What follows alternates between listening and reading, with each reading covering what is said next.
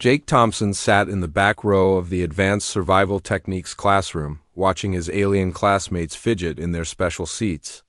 The Galactic Academy space station Concordia floated peacefully in orbit around the gas giant Nexus. Prime, but inside the classroom, tension filled the air like thick smoke. Professor Zalan, a tall reptilian being with golden scales and bright yellow eyes, stood at the front of the room. His long tail swished back and forth as he spoke, a sign that he was excited about something. Jake had learned to read these small signals after 6 months at the academy. "Students," Professor Zalan began, his voice carrying the slight hiss that all draconian species had, "today I will give you your final practical exam for this course." A soft chittering sound came from the front row. That was Thornax, the insectoid student from Hive World Kepler 9. Jake had noticed that Thornax always made that noise when he was nervous.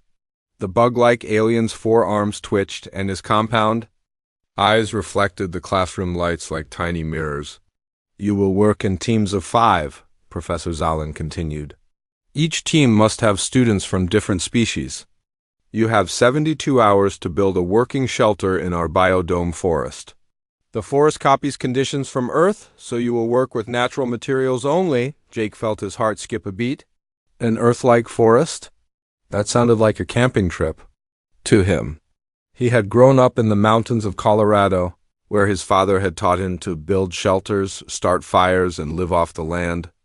But as he looked around the classroom, he could see that his alien classmates did not share his excitement. Zephyrka, the crystalline being from Vega Prime, made a sound like breaking glass.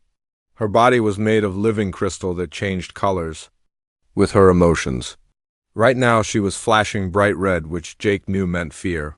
Her species lived in perfect geometric cities made of grown crystal. They had never worked with messy, imperfect materials like wood and stone. "The teams have already been chosen," Professor Zalan announced. "When I call your name, please move to your assigned group area."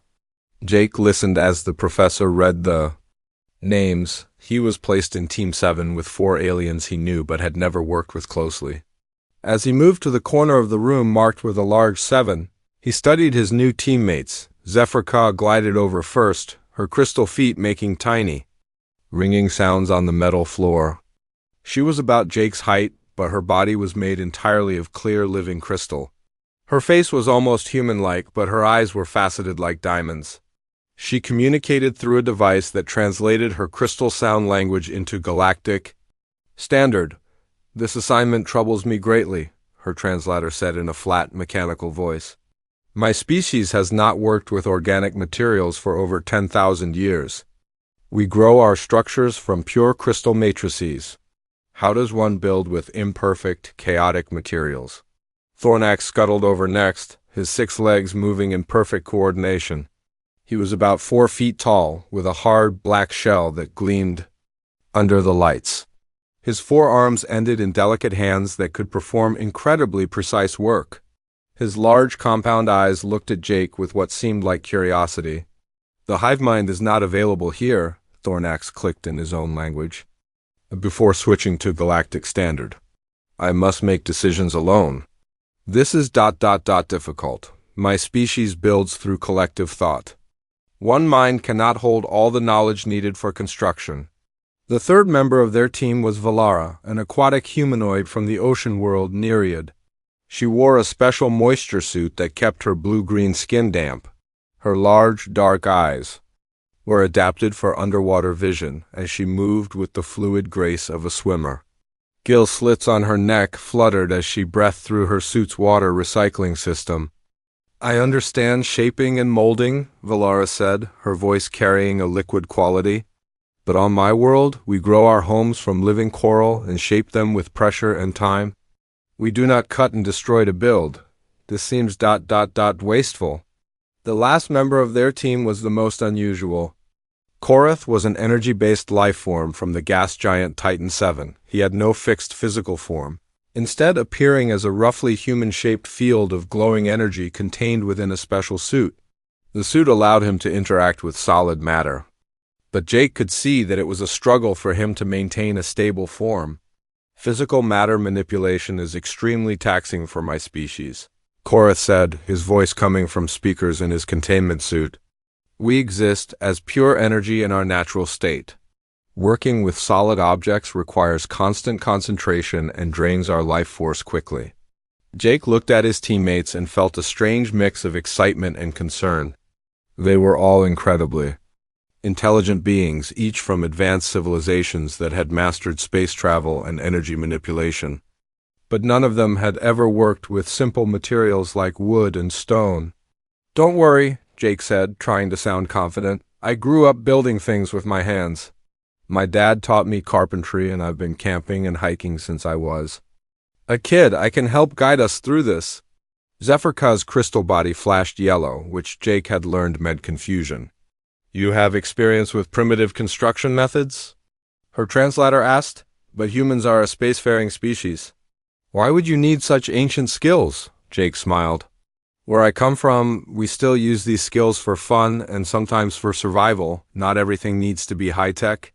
Sometimes the old ways work best. Professor Zalin's voice cut through the classroom chatter. Students, you have 1 hour to study the forest environment through the observation windows and plan your approach. Tomorrow morning, you will enter the biodome and begin construction. Remember, you may use only materials found within the forest. No outside tools or technology except for basic safety equipment. The class moved to the large viewing windows that looked down into the biodome. Jake pressed his face against the transparent aluminum and felt his heart lift. Below them stretched a perfect recreation of a temperate forest. Tall oak and pine trees created a thick canopy, while a clear stream wound through the green landscape. He could see berry bush, fallen logs, and all the natural resources he would need to build a proper shelter. His teammates crowded around the other windows, but their reactions were very different.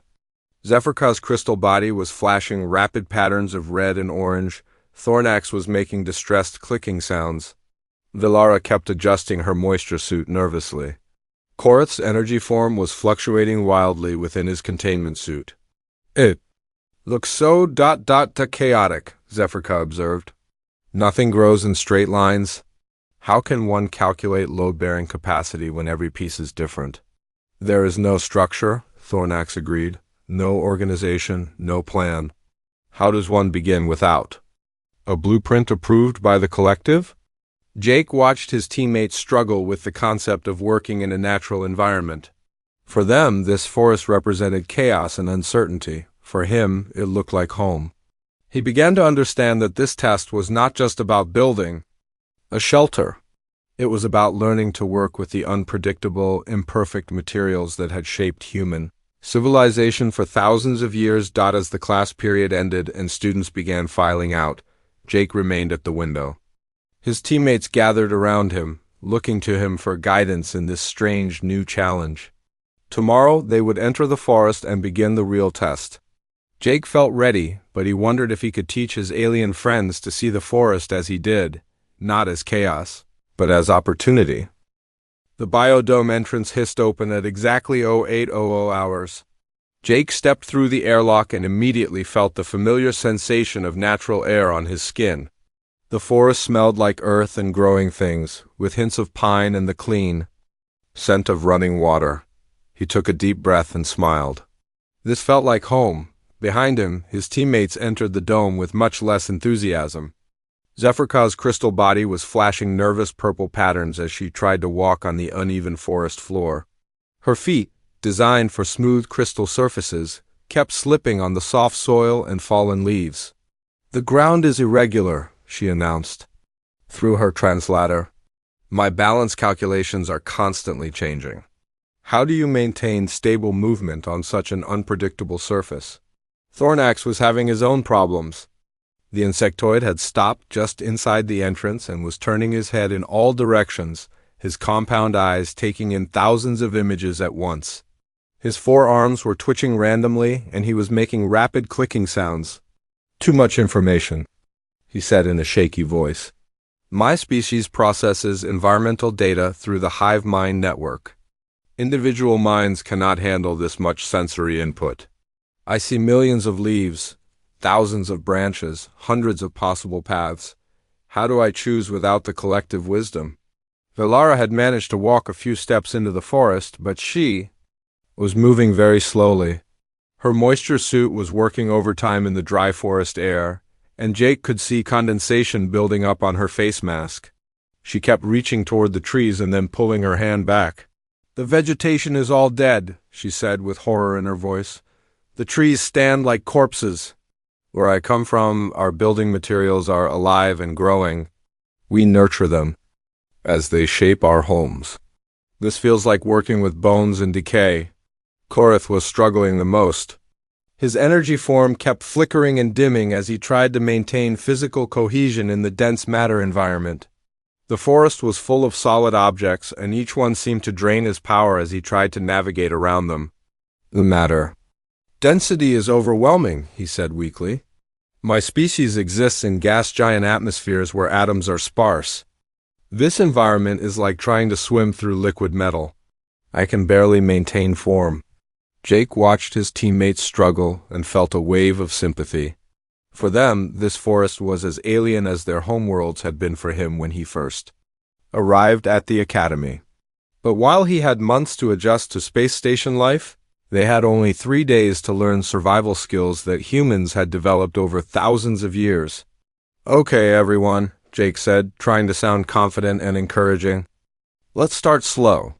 First, we need to find a good spot to build our shelter. Follow me and watch where you step."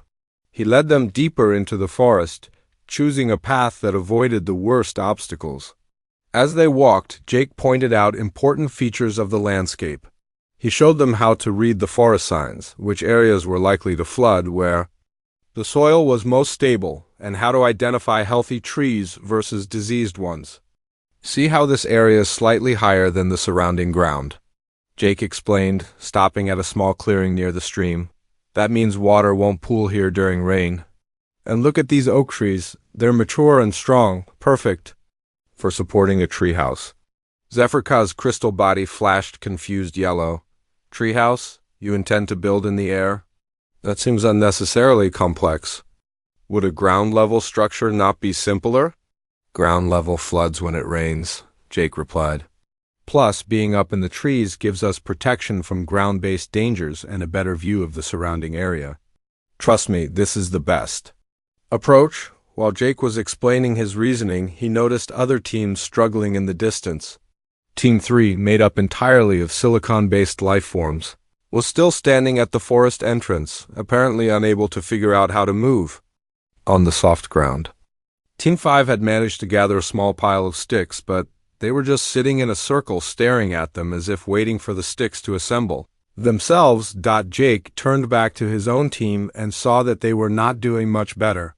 Thornax had found a fallen log and was examining it with intense concentration, but he seemed paralyzed by the complexity of the organic material.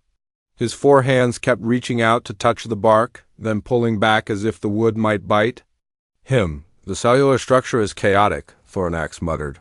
"No, 2 sections are identical. The grain patterns change randomly. How does one calculate structural integrity when every piece is unique?" Zephyrka was having a similar problem with a pile of stones Jake had pointed out.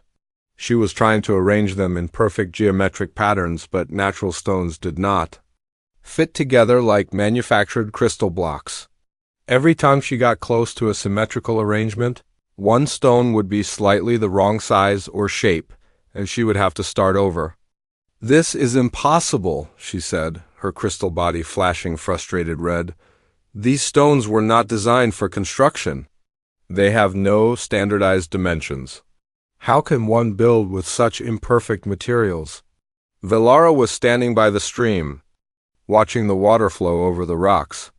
She seemed fascinated by the movement, but appeared to have no idea how to use the resource.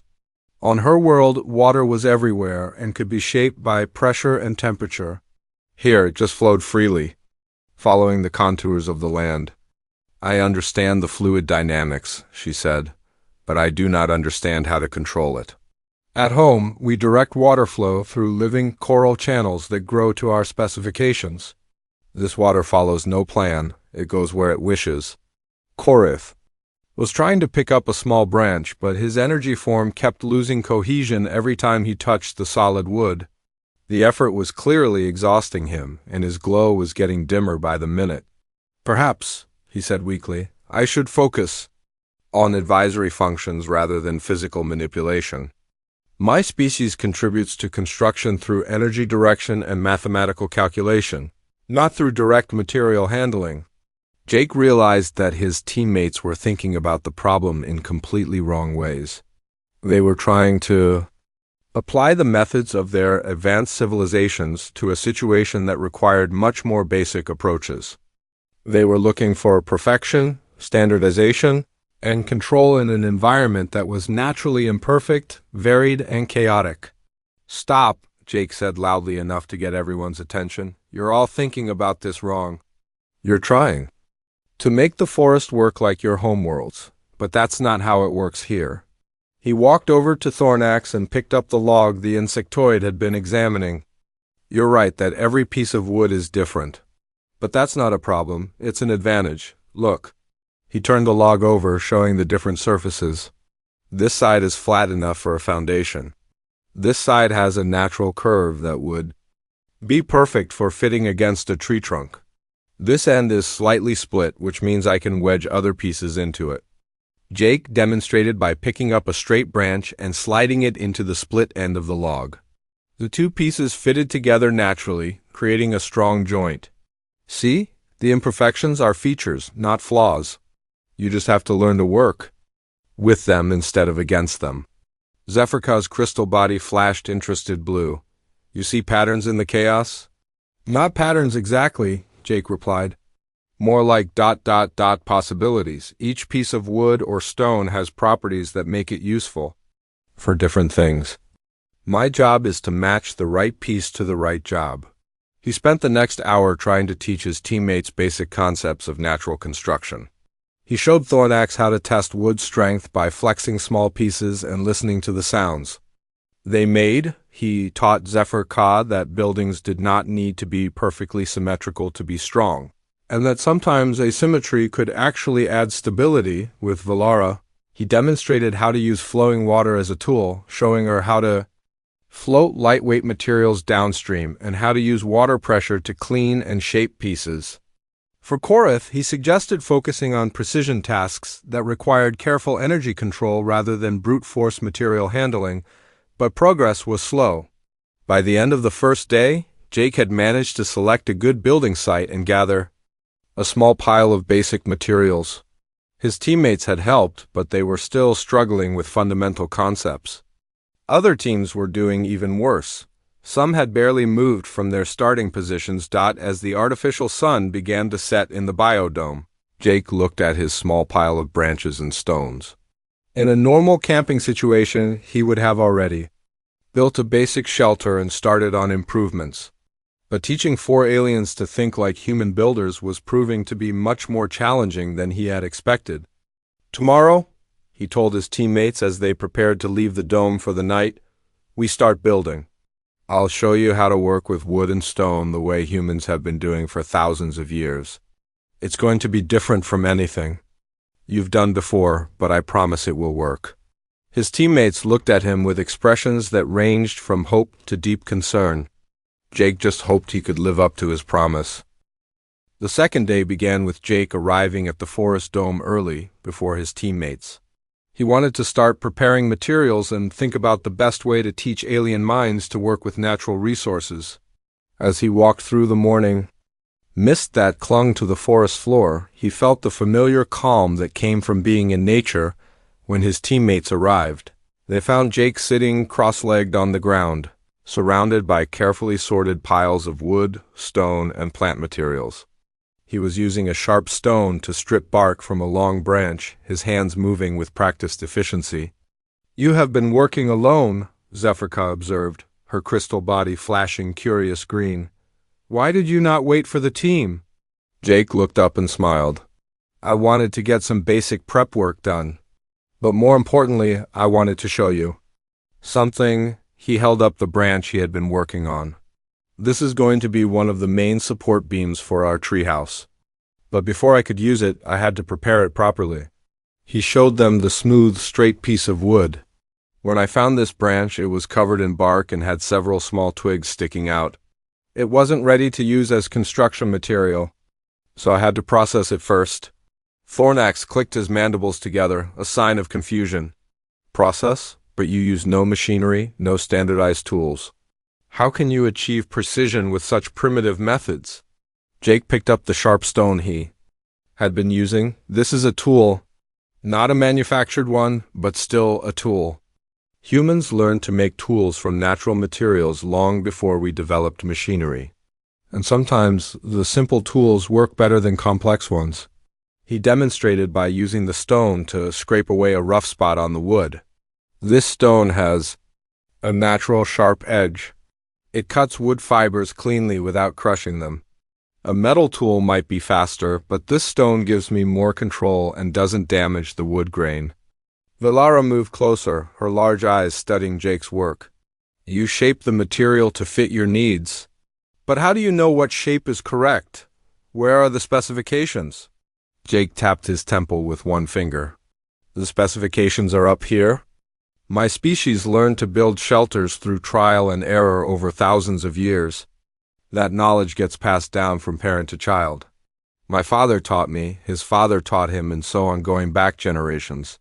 He stood up and walked to the large oak tree he had selected as the foundation for their treehouse. But it's not just memorized knowledge. It's also about understanding how things work. He placed his hands on the tree trunk and looked up at the branches. This tree has been growing for maybe 50 years. It's learned to bend with the wind without breaking. Its branches are positioned to catch the most sunlight. Its root system is designed to anchor it firmly in the ground. Jake began climbing the tree, moving easily from branch to branch. His teammates watched in amazement as he tested each branch by bouncing on it slightly before trusting it with his full weight. The tree is an engineer, Jake called down to them. It's solved problems of structural support, weight distribution, and resource management. All I have to do is work with its design instead of against it. He reached a sturdy branch about 15 feet off the ground and pulled a piece of rope from his pocket.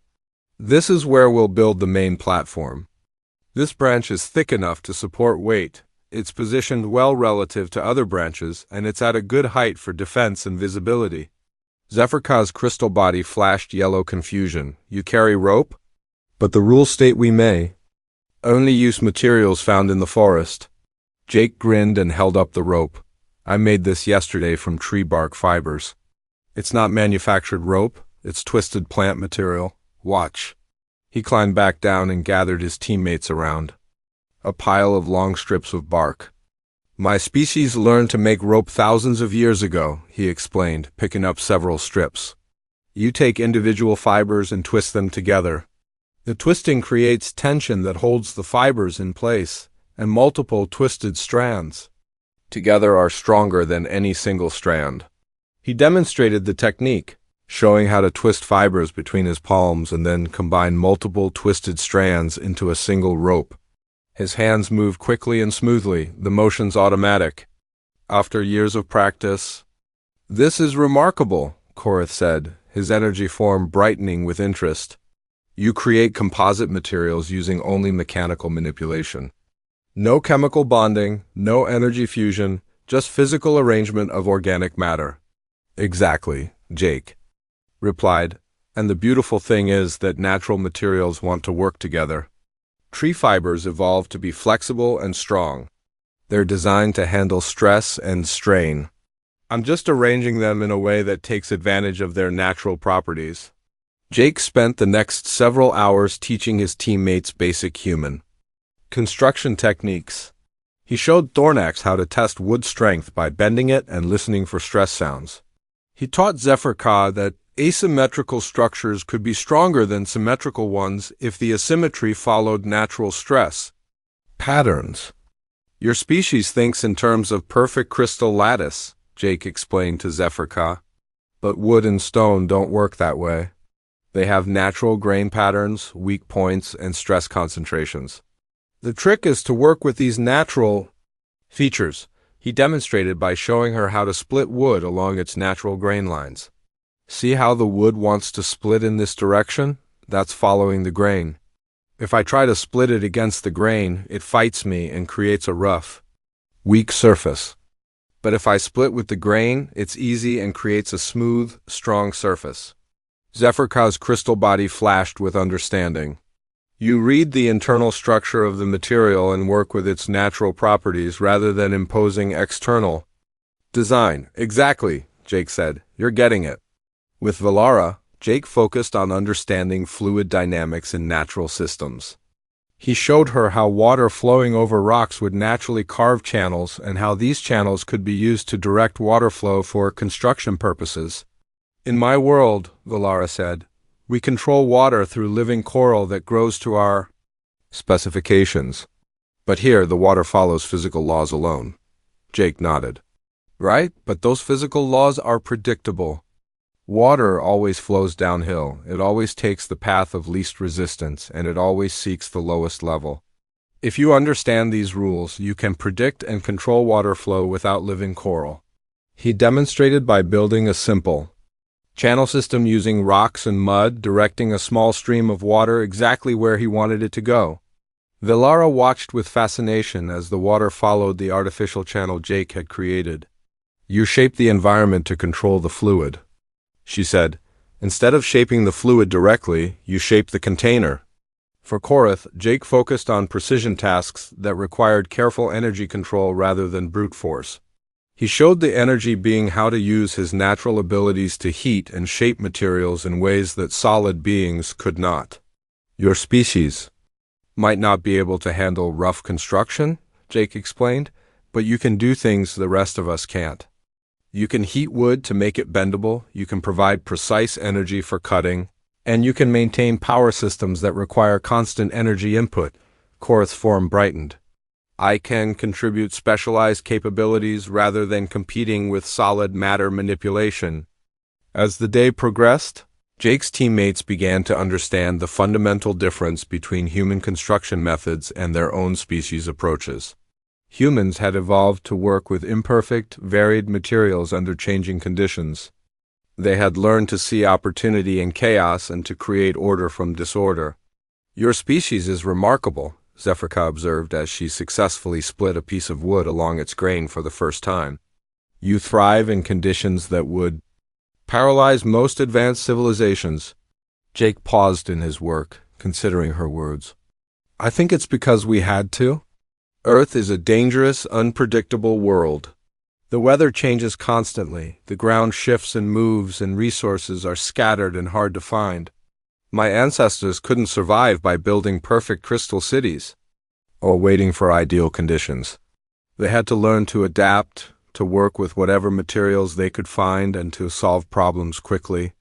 Thornax had been quietly working on weaving thin branches together, following Jake's instructions. Suddenly he looked up with his compound eyes gleaming. This is why humans are such successful explorers in galactic space. You are pre-adapted to work in unknown environments with limited resources. Maybe, Jake said. All I know is that my species learned to see problems as puzzles to be solved rather than obstacles to be avoided. When we don't have the right tool, we make one. When we don't have the right materials, we find substitutes. When conditions change, we adapt. By the end of the second day, Jake's team had made real progress. They had a clear construction plan, processed materials ready for use, and most importantly, his teammates were beginning to think like human builders. They were learning to work with natural materials instead of against them, to see imperfection as opportunity, and to solve problems through improvisation rather than waiting for perfect solutions. Other teams were still struggling with basic concepts, but Jake's team was ready to begin serious construction. As they prepared to leave the dome for the night, Jake felt confident that they could build something truly impressive. His teammates had learned to think like humans, and humans had. The third day of construction began with Jake's team working together like a well-oiled machine. The alien students had absorbed the lessons of the previous days, and now they were applying their own unique abilities to the construction process. The treehouse was taking shape in ways that Jake had never imagined possible. Jake stood on the main platform they had built around the oak tree's sturdy trunk, watching his teammates work. The platform itself was a marvel of combined engineering, human intuition about load-bearing structures. Enhanced by alien precision and capabilities, Zephyr Ka was working on the mathematical calculations for the support system. Her crystal body flashed with complex patterns as she processed stress calculations in her head. Unlike human engineers who needed computers for complex structural analysis, she could perform the calculations naturally. The weight distribution is optimal, she announced, her translator converting her crystal song into words. However, I recommend adding a support beam at vector 127 degrees from the main trunk. The asymmetrical loading will create stress concentration without additional reinforcement. Jake looked at the spot she indicated and nodded. You're right. I can feel the platform flex slightly in that direction when I walk there. He was amazed at how quickly Zephyr Ka had learned to apply her mathematical abilities to organic construction. She was calculating stress patterns in wood the same way she would design crystal structures. But now she understood how to work with natural imperfections. Thornax was building the most intricate part of the treehouse, a complex network of woven branches that would serve as walls and connecting walkways between different sections.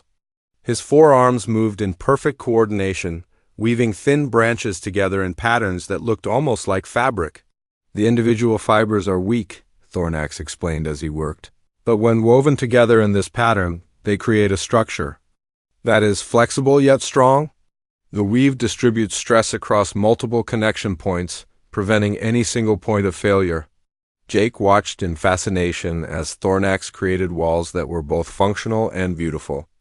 The insectoid had adapted his species' natural ability to work with intricate patterns, applying it to organic materials instead of manufactured components.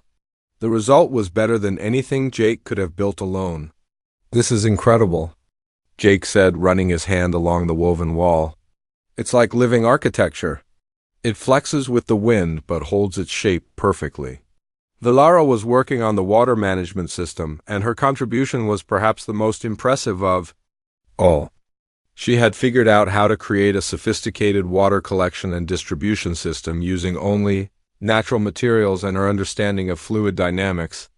Observe, she said, pointing to a series of carved wooden channels and woven grass filters she had installed along the treehouse's roof system. The large leaves funnel rainwater into these channels. The water flows through the grass filters to remove particles, then into these carved wooden reservoirs for storage. Jake tested the system by pouring water onto the collection area. The water flowed smoothly through Vilara's channels, emerging clean and ready to drink from the storage containers. This is better than anything I could have built, he admitted. Where I come from, we just collect rainwater in buckets and hope it's clean enough to drink. Vilara's gill slits fluttered with pleasure at the compliment. Your species understands flow dynamics intuitively, but my people have been working with water systems for millions of years. I simply applied deep potion engineering principles to shallow water collection. Korath was handling the most delicate aspects of construction, precision cutting and energy-based joining. His energy form allowed him to heat wood to precise temperatures, making it bendable for complex shapes, and to create incredibly strong joints by carefully controlling the heating and cooling process. Observe the corner joint, Korath said, his energy form brightening as he focused on a complex connection between 3 different wooden beams. By heating the wood fibers to exactly 180 degrees Celsius, I can make them temporarily plastic. When they cool in the new configuration, they form a joint that is stronger than the original wood. Jake examined the joint and shook his head in amazement. It looked like the 3 pieces of wood had grown together naturally. This is beyond anything human carpentry can achieve. You're literally reshaping the wood at the molecular level. Your species provides the knowledge of how wood behaves under stress, Korath replied. I merely apply energy manipulation to achieve the desired results. Neither of us could create this alone. As the day progressed, other teams began to take notice of Jake's group. The human-led team was not only ahead of schedule, but was building something that looked more like a work of art than a simple shelter. Word spread through the biodome, and students from other teams began stopping by to observe. Team 3, the silicon-based lifeforms, approached first. Their leader, a crystalline being named Court 7, studied the treehouse with obvious admiration. "How do you achieve such precision with organic materials?" Court 7 asked. "Our team has been unable to create even basic joints. The materials refuse to conform to our specifications." Jake climbed down from the platform to talk with the visiting students. "The secret is not making the materials conform to your specifications. Instead, you have to adjust your specifications to work with the material's natural properties." He picked up a curved piece of wood and showed it to Court 7. "This branch isn't straight, but that doesn't make it useless. The curve actually makes it perfect for a specific application." He demonstrated by fitting the curved piece into a corner where it provided perfect support for two intersecting beams. "You see the material's limitations as features rather than flaws," Court 7 observed. "This is a fundamental shift in engineering philosophy." "Exactly," Jake replied. "Human engineering is about adaptation and improvisation. We work with what we have, not what we wish we had." Team 5, composed of gas giant dwellers similar to Korith, was having even more problems. Their leader, a being named Nebula Swift, was barely maintaining physical form in the dense forest environment.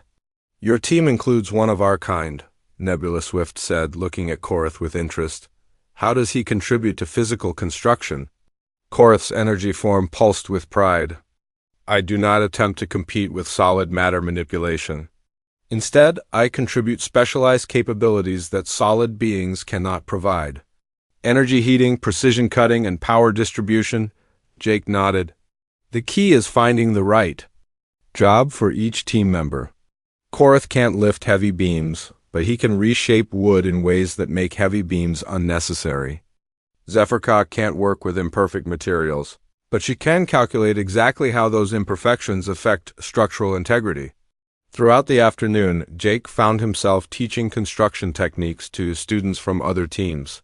His teammates helped, each explaining how they had adapted their species' abilities to work with natural materials. The biodome began to feel like a giant classroom. With the human and his team serving as instructors, Professor Zalin appeared at their construction site in the late afternoon, accompanied by several other faculty members. The reptilian professor's tail was swishing rapidly, a sign of excitement. "Remarkable," Professor Zalin said, studying the treehouse structure. "In 30 years of teaching this course, I have never seen students achieve this level of construction sophistication. How did you manage to integrate such diverse species capabilities?" Jake wiped sweat from his forehead and looked at his teammates. "We learned to work with each other's strengths instead of trying to overcome each other's weaknesses. I provided knowledge of natural construction techniques, and they provided abilities that humans don't have. The human approach is fundamentally different from standard galactic engineering," Zephyrka added. "Most species attempt to impose perfect order on imperfect materials. Humans work with the imperfections and turn them into advantages." "Professor." Zalin nodded thoughtfully. "And what have you learned from this collaboration?" Thornax spoke up, his forearms still weaving branches as he talked. "We learned that intelligence comes in many forms. The human's ability to see patterns in chaos and adapt quickly to changing conditions is a type of intelligence our species had never encountered. We focused on perfection and standardization, but the human showed us that flexibility and adaptation can be more valuable." Velara added, "My people thought we were advanced because we could shape living materials to our will. But the humans showed us how to work with dead materials and make them perform as if they were alive. This requires a completely different way of thinking about construction."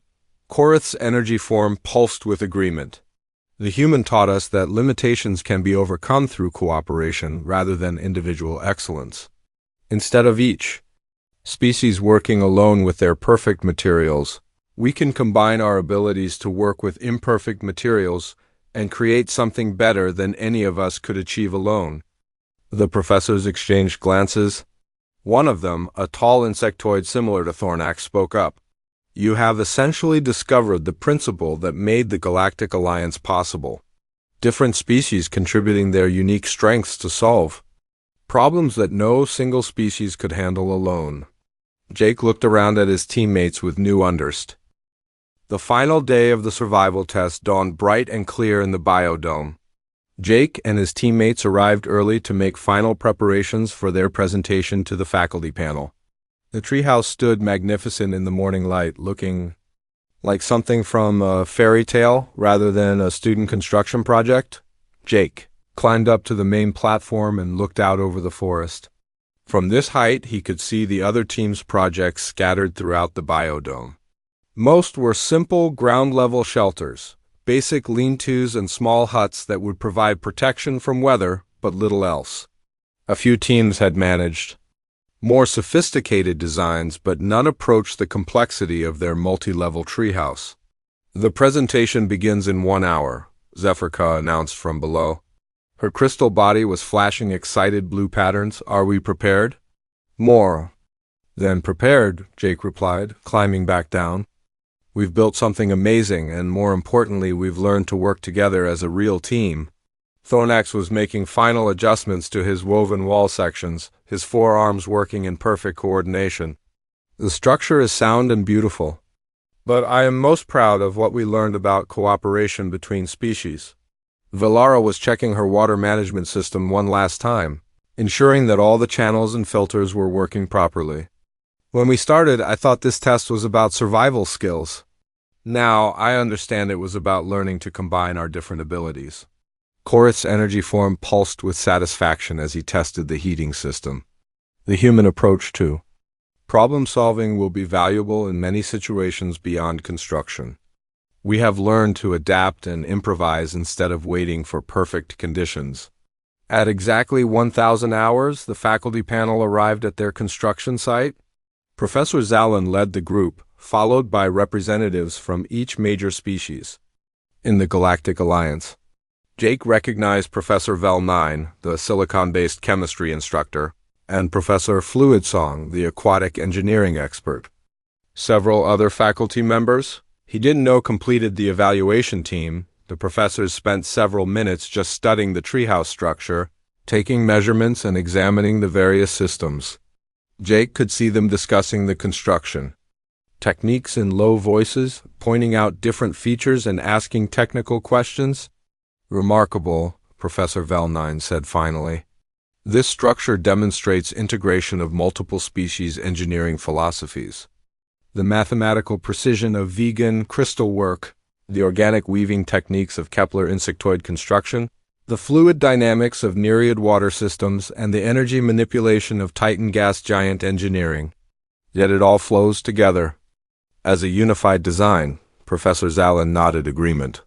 More importantly, it demonstrates practical application of theoretical cooperation principles. Please explain your design process. Jake stepped forward to begin the presentation, but Zephyr moved beside him. We should present together, she said. This was a team effort from beginning to end. The 5 teammates stood in a line facing the faculty panel. Jake began the presentation by explaining the basic human construction principles they had used, selecting the right location, working with natural materials and building for multiple functions rather than single purposes. Humans learned to build by trial and error over thousands of years, Jake explained. We developed techniques for working with imperfect materials under changing conditions. These skills were essential for survival on Earth, but they turned out to be valuable for space exploration as well. Zephyr took over next, explaining how she had adapted her species' mathematical abilities to work with organic materials. My people build with perfect crystal lattice that follow precise geometric rules. But wood and stone don't follow those rules. I had to learn to calculate structural integrity for materials that are naturally imperfect and asymmetrical. She demonstrated by showing the faculty how she had calculated load-bearing capacity for irregularly shaped wooden beams. The human taught me that imperfection is not a flaw to be corrected, but a feature to be accommodated. This changed my entire approach to engineering. Thornax explained his contribution next, showing how he had adapted insectoid hive building. techniques to individual construction. My species builds through collective consciousness. Every decision is made by the entire hive working together. But in this project, I had to learn to make individual decisions and work with beings who think differently than I do. He demonstrated his weaving technique, showing how he had created walls that were both functional and beautiful. The human showed me that individual creativity can be as valuable as collective planning. By working alone but within a team, I could create things that the hive mind would never have considered. Valara's presentation focused on her water management system. My people shape living coral to create water channels and filters. But in this environment, I had to work with dead materials and static systems. The human taught me that even dead materials can be made to function like living systems if you understand the principles correctly. She demonstrated the water collection and filtration system, showing how rainwater was collected, cleaned, and stored using only natural materials. The key insight was that natural processes can be guided and controlled without being dominated. We work with the water's natural tendency to flow downhill rather than trying to force it to flow uphill. Korath concluded the presentation by explaining his energy-based contributions. My species exists as pure energy in low-density environments. Working with dense matter is extremely difficult for us. But the human showed me that I didn't need to compete with solid matter manipulation. Instead, I could contribute specialized capabilities that solid beings cannot provide. He demonstrated his precision heating and cutting abilities, showing how he could reshape wood at the molecular level. By focusing on tasks that matched my natural abilities rather than trying to do everything, I could make valuable contributions to the team effort. The faculty panel spent the next hour examining every aspect of the treehouse. They tested the structural integrity, evaluated the water systems, assessed the heating and lighting, and questioned the students about their design choices. Jake could see that they were impressed, but he wasn't sure how impressed. Finally, Professor Zalin called the team together for the evaluation results. In 30 years of teaching this course, I have never seen a project that demonstrates such sophisticated integration of multiple species capabilities. You have achieved something remarkable. Professor Velnine nodded agreement. The technical quality of this construction exceeds anything we expected from student work. But more importantly, you have demonstrated the fundamental principle that makes the Galactic Alliance possible, that different species working together can achieve more than any species working alone. Professor Fluidsong added, "Your water management system alone would be impressive for a graduate-level engineering course. Combined with the other systems, this represents professional quality work." Jake felt a surge of pride, but Professor Zalin wasn't finished. However, the most impressive aspect of this project is not the technical achievement. It is the demonstration of cross-species cooperation and learning. You have not only built a superior shelter, but have learned to think like each other's species. The reptilian professor paused for dramatic effect. This project has achieved the highest score in the history of this course. You have earned perfect marks for technical achievement, innovation, and cooperation. Jake's teammates made sounds of excitement, Zephyrka's crystal chiming, Thornax's happy clicking, Valara's liquid laughter, and Korath's energy pulse brightening. Jake felt a huge grin spread across his face, but the faculty panel wasn't finished.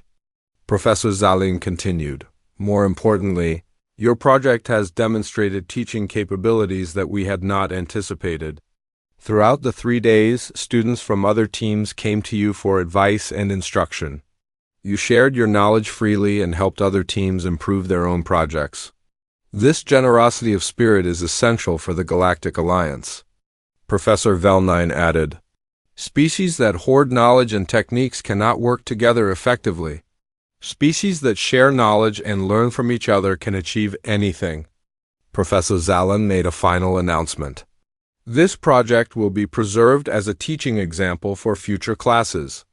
It demonstrates not only superior technical achievement but also the cooperation and knowledge sharing that makes galactic civilization possible." As the faculty panel prepared to leave, Jake looked around at his teammates. They had accomplished something beyond his wildest expectations when the test began. They had not only built an impressive treehouse, but had learned to work together as a truly integrated team. You know, Jake said to his teammates, when I first came to the academy, I was worried about being the primitive one. I thought my Earth background would be a disadvantage compared to your advanced civilizations. And now? Zephyrka asked. Jake smiled. Now I realize that every species has something valuable to contribute.